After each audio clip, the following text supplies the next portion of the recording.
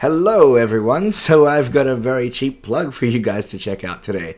The link is in the annotations on screen now and in the description below. His name is Planetary Ashes, a very cool YouTuber you should definitely check out. Does gaming videos and weekly podcasts as well. I linked up with this guy through Boom, a very cool network you should check out if you are a YouTuber yourself.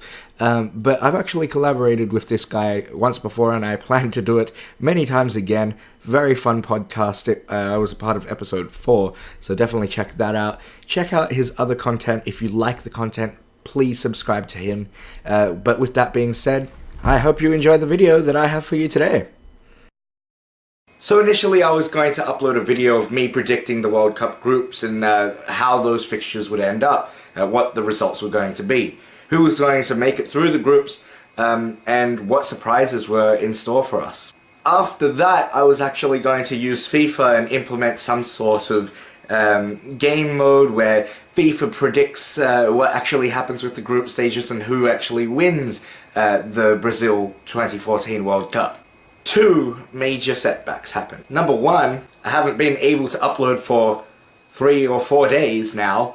For some reason my internet has completely crapped itself and all of the footage of me actually making my predictions I still have, however I just couldn't upload it in time. I do still have that footage of me predicting, but I just don't feel it's going to be as genuine, and a lot of people are going to give me slack because it came out after the actual group stages. The second setback was, well, my game capture actually has messed up. I need a new Roxio. To be honest, I'm actually thinking of getting an Elgato now because the Roxio is completely gone. For some reason it's just not recording at all. So now I need to spend another $150 on another game capture device. But that's all well and good. What I've decided to do is actually give you a whole new series including the World Cup. And what we're going to do is we're going to follow my nation. The Portuguese, the team with the best player in the world. Unfortunately, it looks like it's going to be a very short series. So what we'll do is we'll follow Portugal's journey through the World Cup. We'll see how far we get. We'll see if we can predict the results. And I'll give you a review of each and every single match Portugal play in. Hopefully we can get past the group stages. Hopefully. But let's talk Germany v Portugal. This game had to be one of the biggest games of the tournament, certainly one of the big 3 openers of this World Cup. Germany, of course, personally are my favourites to win this Brazil World Cup because they just have such an amazing team. Portugal, of course, have an amazing team as well. Let's talk teams first, and let's talk in particular Germany's team. We'll have a look at the first team, we'll have a look at the depth, and we'll see what team they actually played in this game. So Germany, of course, rocking a heavy midfield. Interestingly enough, they only picked one pure striker in Miroslav Klose, which they didn't even play him. And when I saw that in the lineup, I was actually pretty ecstatic. I mean, they're playing Müller, who is traditionally more of a winger, I guess, more of a midfield player. And they're playing him up front, so they don't have a pure striker. Boy, was I wrong. Essentially, they played Neuer as their goalkeeper. Pretty obvious choice, really. He's one of the best keepers in the world at the moment. So their back 4 consisted of Boateng, Hummels, Mertesacker, and Howardez. All 4 very strong, beefy centre-backs. Of course, as I said, these players can play all of those positions, so it's not a problem. But just very interesting, they went for a very solid defense. Moving into midfield, they had players like Khedira, who, by the way, is one of 4 Real Madrid players in this game. They had Lahm, they had Ozil, and then they had the likes of Toni Kroos and Mario Götze, very good attacking players. But as mentioned, they went with Müller as their striker, as their forward. However, they have shown that they can score goals without it, and they have one of the strongest midfields I can see on paper in this World Cup. Those players like Mario Götze, who is a great youth player at the moment, but still incredible.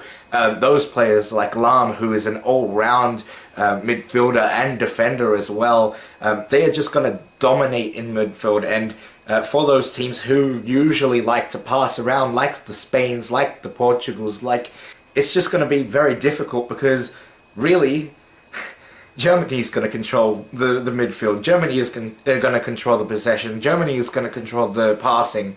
It's just going to be very tough. And all of those players are typically very strong, beefy players, aside from, of course, Lahm and the attacking players.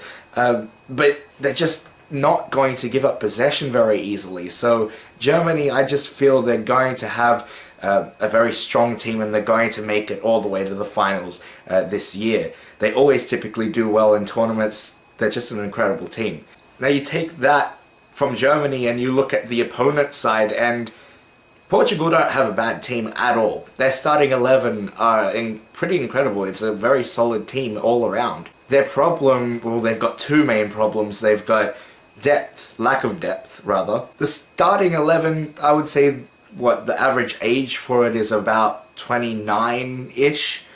So it is an old team, but those players, most of them are in form.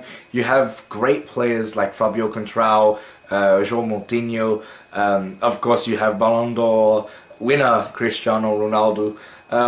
So you have some great players in this Portuguese side. If we look at the starting 11 that they played, they have Rui Patricio, who is pretty much an obvious pick. To be honest, looking at this team on paper, the back four in particular look very strong. You have players like João Pereira on the right back, and then the two solid Pepe and Bruno Alves, which we'll get to in a minute. Two solid defenders usually. You have Fabio Contrao, of course, who is, in my opinion, well, personally my favourite Portuguese player, even above Ronaldo, because he plays well every game. I don't think I've ever seen one game where he has really messed up. For the midfielder positions, they went with something very obvious in Miguel Veloso, Raul Morales, and João Moutinho, so all probably our best midfielders, to be honest. And it's not a bad lineup at all. Those probably would hang in there with the likes of Italy's wealthy midfield with Pirlo, Marchisio. Maybe not as good, but you know, I think that's actually a pretty good, solid midfield. Now, in all honesty, what lets this Portuguese side down is the forwards. Personally, I like Nani. I think he's got potential to be a good player. He plays well. He's got good skill, but it's a hit and miss with him. He can be absolutely amazing one game, but most games, 75% of the time, I would say he's a complete flop. I would have liked to see more players like Dani, Virinha, for example. I would have liked to see someone else besides Nani play that position. Maybe even swap between Ronaldo, and Ronaldo can go up to striker. Although he's not a very good striker, really. I prefer him on the left wing. What Portugal lack in general, and it's no secret, is strike force. They haven't got a good strike force. They have Hugo Almeida, who's a decent striker, very old. Eder looks like he's got potential. He's a very strong and tall striker, so it would be good to try and whip in some crosses and get him on the header. Portugal need to find a pure striker, a striker who is going to be clinical, who is going to be able to put away those chances, but I don't see that in Almeida. I don't see that in Postiga. So those were the teams that they went out with, both solid teams, both very strong, both potential to make it very far in this World Cup. Now if we talk about the result, Germany won 4-0. That is complete, utter domination, and I won't beat around the bush. I kind of expected Portugal to lose this game and have a lot of pressure heaped on them for this group of death. But 4-0, I thought it would be a close match, at least a 2-1. Germany controls the possession, something along those lines. But wow, 4-0. So if you've watched the match or you've seen the highlights, you'll know that Muller actually picked up a hat-trick, well deserved. He put away his first goal as a penalty in the 12th minute. Hummels came in with a nice header off a corner in the 32nd minute. So that's a 2-0 lead already, and well, Pepe goes ahead and does this. And it's just stupid. Like, I'm one of those people who actually defend this guy, but I can't defend him for that. Like, honestly, Pepe, what are you doing? Like, why? You're killing me, man. Like, Pepe basically got in a confrontation with Muller. He's obviously upset and picks up a straight red for headbutting Muller. And to add insult to injury, Muller puts away another one in the 46th minute in added time. So the second half wasn't any better, really. Germany completely dominated yet again. But there were three main highlights in this half, I believe. First off, the goal, Thomas Muller completing his hat-trick off Bruno Alves' complete fail of that clearance. He could not clear it, and Muller basically punishing him. Now, there were two things that happened for Portugal which are really bad. First off, Fabio Contral, my favorite player, pretty much completely blew either his hamstring or his groin, apparently, which is not good. He is one of the star players of the team, and I don't think we have a very good backup for that position. So that is going to really hurt us if he's out for most of the competition. He might not be back in time, and Portugal might have already been eliminated by then. But I think the most controversial thing besides the Pepe red card, in the second half there was a penalty that wasn't given. Now, I'm not going to complain because Germany, really, they deserved the win. It's 4-0, it's clinical, and pretty much dominated the whole game. However, it should have been a penalty. It was a clear penalty. The defender completely wiped out Eder. And really, one point I will make is, you never know in football. Quite frankly, I think if Portugal put that penalty away, it could have really helped us and put us back on track to at least drawing the game. Now, I'm not saying it's likely, because a 3-goal deficit, that's very difficult to pull back against Germany, of all teams. However, if I can bring up a Premier League game, actually, a couple of years ago, it was Everton and Manchester United. I don't remember what year it was. However, Manchester United, in-form team, completely dominant. They are the Germany of the Premier League, against Everton, who really, if you put the comparison together, they've got a couple of key players, but not that special of a team. They're good, but not great. That's the Portugal of the Premier League. They were up against each other, and Manchester were winning 3-0. However, in the 90th minute, Everton managed to put one in the back of the net. 91st minute, put two into the back of the net, and would you believe it, a third came just before the match ended. So really, that just proves anything can happen in football. One goal will make a massive difference. It's a momentum shift. There's just so many events like this in football, and I think, frankly, it could have happened. Again, not likely, but there's always that possibility. But unfortunately, it wasn't given. Too bad, I guess, and Germany ran away with it. Now this poses a big problem for this Portugal side, because it is, of course, the group of death. We face USA next, who actually won their match against Ghana, which is a good result, because if any team was actually going to worry me, it was Ghana. Frankly, Germany are just going to pass through this group stage. They're going to win every single match, is my prediction. And I hope they do. I hope they smash Ghana and USA. I have to hope it, because, well, that's pretty much Portugal's last hope, besides Portugal winning their next two matches. With that being said, Portugal need to win the next two matches, and it's not going to be easy. It is the group of death. Of course, we take on USA first. Although Portugal might have the better team on paper, USA, of course, aren't a team to be messed with. They don't have their star player Landon Donovan, which is mind-blowing, by the way. I don't know why he didn't get picked, in form and all. but it's going to be a really tough game. I personally predict that Portugal are going to win it, maybe 2-0, but it's not going to be easy.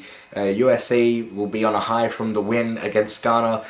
They will dominate a lot of the ball, but I think Portugal will take their opportunities well, and I hope that Germany win their next couple of matches, because now it's about goal difference.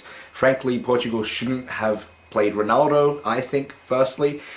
He's not 100% obviously, although I think Ronaldo, you can't play Portugal without Ronaldo. It's unheard of, frankly.